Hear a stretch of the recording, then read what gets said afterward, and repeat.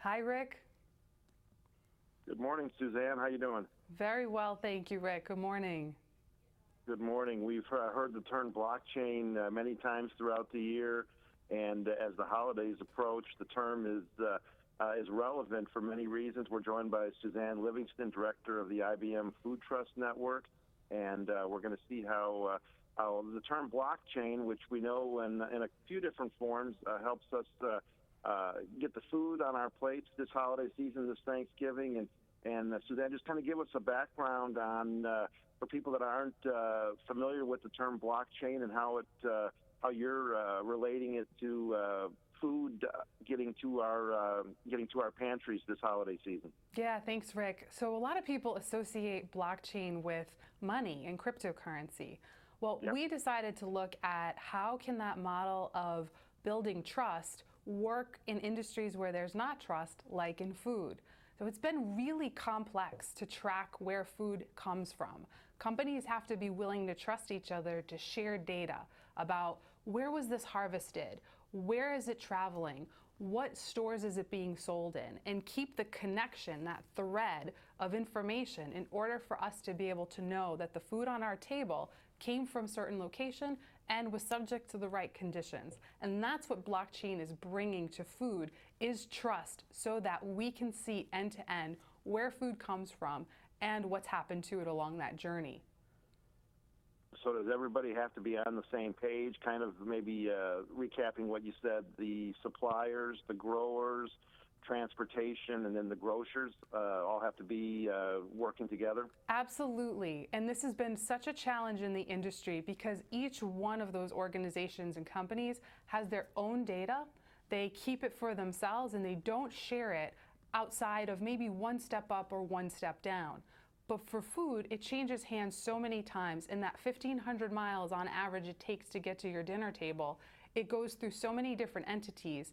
And we need to see that end to end so we know where the source of that food comes from. So they have to work together. And by working together, that means they also have to control who sees their information in what circumstances. That's what blockchain is bringing.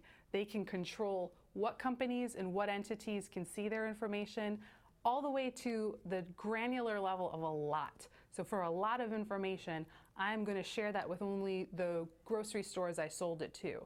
Because we're enabling that trust and allowing them to share information that they keep control over, we can now see the whole journey. When was this food product harvested?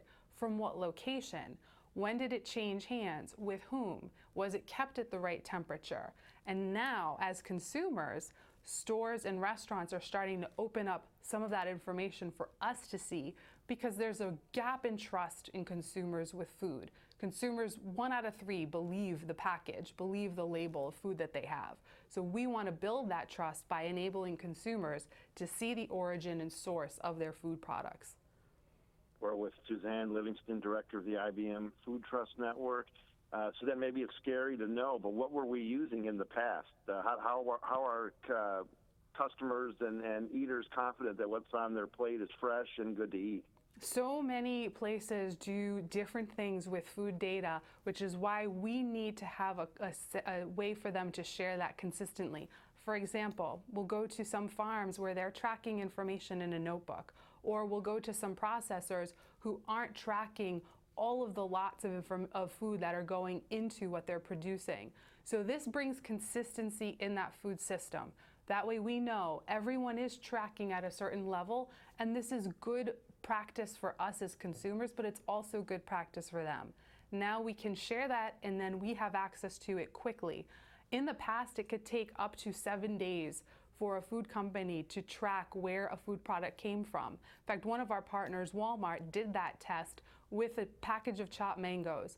When they started using our system, our IBM Food Trust, they were able to reduce that down to 2 seconds.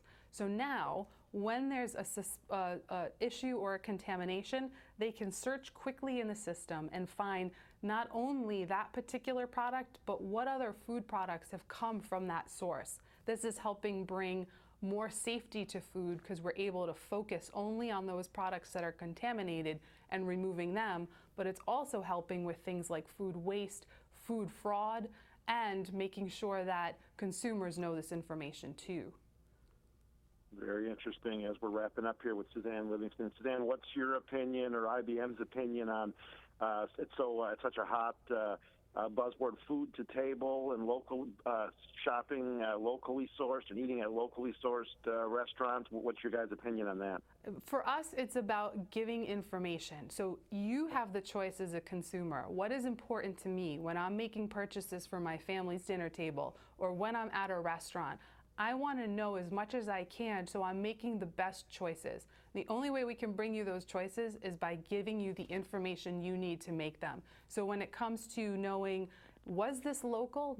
Was this harvested in a local zone? And that's important to some consumers. How far did it travel?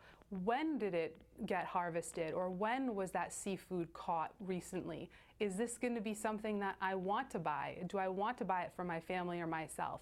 That's the level of information that we know consumers demand, and it's what's needed to increase that trust deficit that consumers have with food.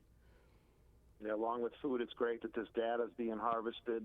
Suzanne, where can eaters, consumers go for more information? I know it's great we have this information, but how can it be relevant to consumers this time of the year? Yeah, well, consumers are starting to see QR codes, lot numbers that they can add into mobile apps for the different stores that they shop in, and that's helping bring that traceability to the sources where the food comes from. And we're going to see lots more of that over time as more and more companies join systems like ours and are willing to share that information with consumers. That shopping experience will grow. And for those of you who are interested in learning more about what we're doing at IBM, ibm.com/food will show you demos, we'll show you some of the farms we work with and the other companies who have joined our system and are sharing data today. So you can know who are some of those food brands that are tracking food and are committed to traceability of food for consumers. Great stuff from IBM. I'll be following. Suzanne, I know a lot of other people concerned about this will be as well. And for you, also have a great holiday season, you and your family, and hope to talk to you soon. Thank you. You too.